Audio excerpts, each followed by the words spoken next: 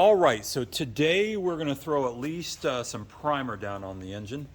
And I've already pressure washed it, degreased it, pressure washed it again, degreased and scrubbed, and then pressure washed it one more final time. I went over most of the surfaces after that with some acetone. There were still a few little oily spots. These motors are typically very oily, or they leak oil quite a bit. So this is as good as it's going to get as far as degreasing goes for me. So this is not a showboat. It's not a something that I want to look extremely good, but I'm going through the process, so I'm going to try to get it as good looking as possible. So the main reason I wanted to paint it is there are some areas on the motor that looks like either a lot of the paint has come off or it's bare metal, and just want to do some additional protection for the motor. So of course, since I'm going through the process of doing the hull, re-gel coating it, that sort of thing, I want to put a nice, decent looking motor on top of it as well. There's a little bit of risk here. I'm spending some money on paint to paint this where we don't know for sure how long this thing is going to run. So I'm pretty confident that it's going to be okay for what we're going to use it for. Maybe some maintenance will be needed down the road. So we're going to go ahead and paint it and go from there. Here's a look at one of the sides. So we'll zoom in here in a minute, but you can see kind of the condition of the paint. So you can see the condition of the paint here. A lot of paint's removed here, and also on the cylinders as well. Okay, so I have removed the push rod tubes just to get into those fins a little bit better. What I did also in between and before pressure washing, I got some wire brushes and got in between the fins. So I'm in the middle of building a vapor blaster. It would be really nice to pop these off and put them in the vapor blaster.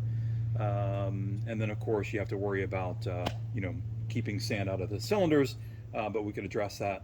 But it would be really, really nice to finish these cylinders a little bit better than they are. So you can see not the best condition for paint. Things really should be kind of sanded down, smoothed out, all that sort of stuff. But just a function of how much time you really want to spend on it. I've got maybe about 3 hours or so, 2 hours in prep to get it to this point with taping, pressure washing, all that sort of stuff. So hopefully this is good enough for the paint mostly to stick. All right, let's talk a little bit about the paint that I'm going to use. I wanted something that was just a little bit better than the rattle can paint, the Rust-Oleum, the Duplicolor, things like that we get at AutoZone or the auto parts store. And so I went to the local auto body paint store and told him what I was doing, and this is what he recommended. This isn't, from what I understand, anything overly extravagant, but it's, I guess, quote unquote, a pro level paint, of which I have zero experience. So this should be interesting.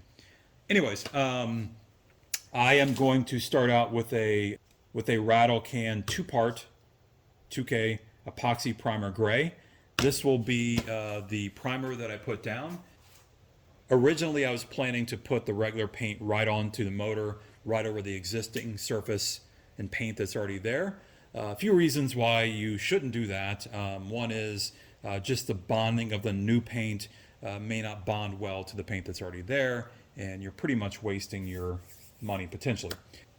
So this primer should help the paint better adhere to the motor by adding this to the mix. So there's a primer. So I do have basically the gray is a little bit darker, I believe, I hope, than what's on there. So it's Valspar, I think it's called. So I have this, I have some reducer, and then you have the hardener or catalyst or whatever it's called.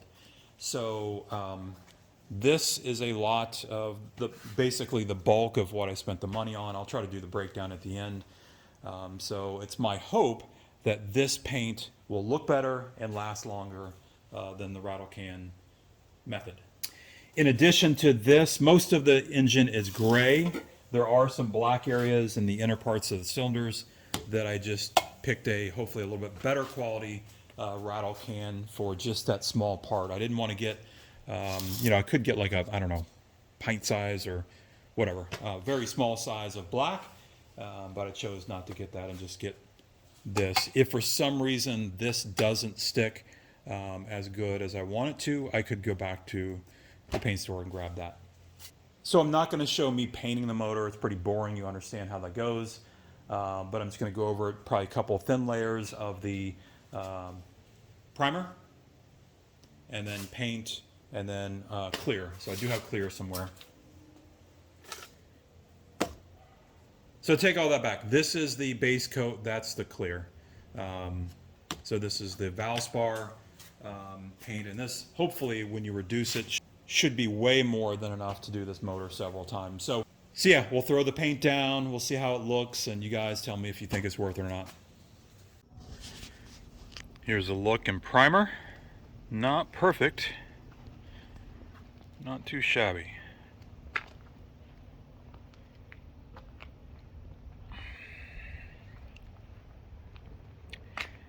See, obviously areas where it didn't sand down and whatever's not the greatest.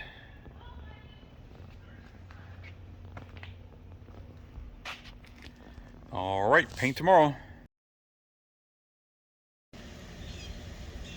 So there it is, all done. Wanted to move it out here in the sun, get a good look at it.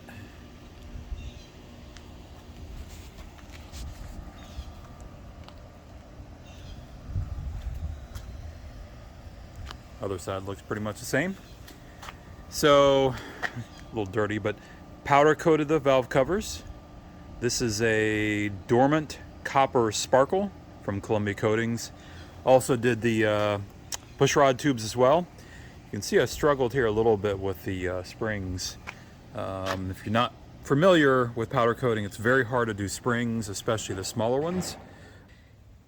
The springs actually go to repel the powder. So a little disappointed there, but this will be on the bottom. It's coated enough, it's fine. But yeah, was hoping that these would look like that. So all the tubes are done. So as far as the paint goes, it was my intention to have it a really dark gray. This was a lot lighter than I had anticipated.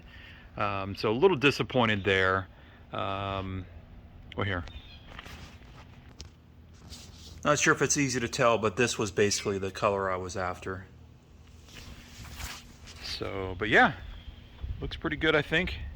Much better than it did. You can see if I spent a little bit more time on the surface prep, make this a little bit smoother, would have turned out a little bit better, but this is, I mean, for what it is, I think it looks great.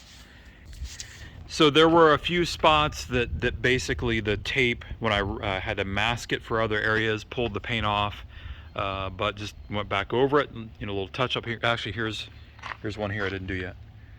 So it came off there, but I'll just retouch that back up. So the paint, we'll see how it holds up with heat, but so far I'm very happy with it.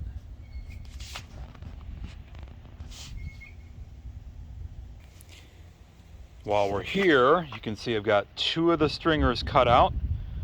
One looked to be, I believe it was cypress. It was fine, maybe a little bit rough around the holes there, but the other one was like some sort of pine, and that was definitely rotten. So, argument's sake, one of them I cut out was fine. But we're into it now. I'll show you the boat. So there's a few different methods to do it. You can grind it all the way down to the boat flat, but a lot of people will recommend is leave maybe like a 1/2 inch or 1 inch of the previous material there, and that's what I did. So we'll give that a shot, see how it works. If it doesn't, worst case, I grind it back down. So I'm going to sand the paint and whatever gel coat might be there down, and then basically get ready to put those in. So I'm only going to do the outer stringers. These seem to be fine. I'm going to run it. Worst case, I can pull it all off and do it again. But based on the 2 that I've already cut one out that potentially was good, so we're going to just do the 2. Got to go back over here with a final layer of chop strand. Had a little area there of concern that I ground back down. But anyways, that's where we sit. So haven't given up on it yet. It's going to get done. Just taking some time.